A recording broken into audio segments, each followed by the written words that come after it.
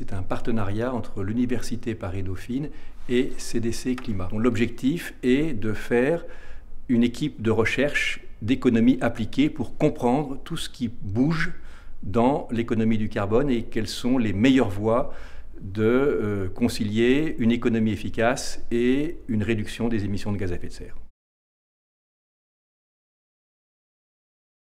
Nous avons deux objectifs dans notre programme de recherche. Le premier est de voir comment des instruments économiques avec du prix du carbone peuvent aider les villes à financer des projets qui réduisent les émissions de gaz à effet de serre.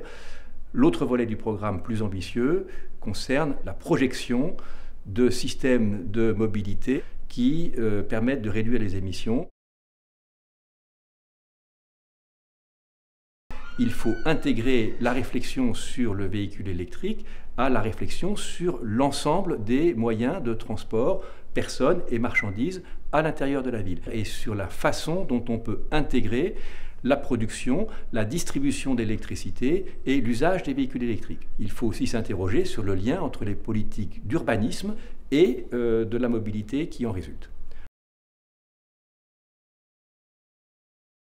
La société Michelin est une entreprise qui soutient le lancement de notre initiative de recherche sur la mobilité durable.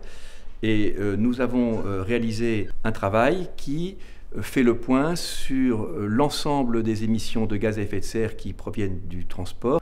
Et on voit que les façons efficaces pour réduire les émissions dans le secteur du transport intègrent des actions sur les technologies à la fois sur les modes de transport et sur la fourniture des carburants ou de l'énergie, avec des changements dans l'organisation urbaine, dans l'usage des transports et dans la répartition des lieux d'habitat, de bureaux, d'activités.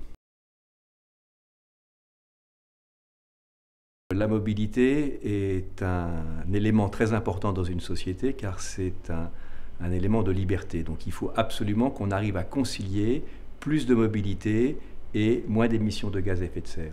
Je pense que les systèmes de mobilité de demain seront beaucoup plus diversifiés qu'aujourd'hui. La mobilité bas carbone va aussi conduire dans l'industrie à totalement repenser l'organisation logistique. La mobilité de demain, c'est aussi une gestion urbaine beaucoup mieux organisée et beaucoup plus participative.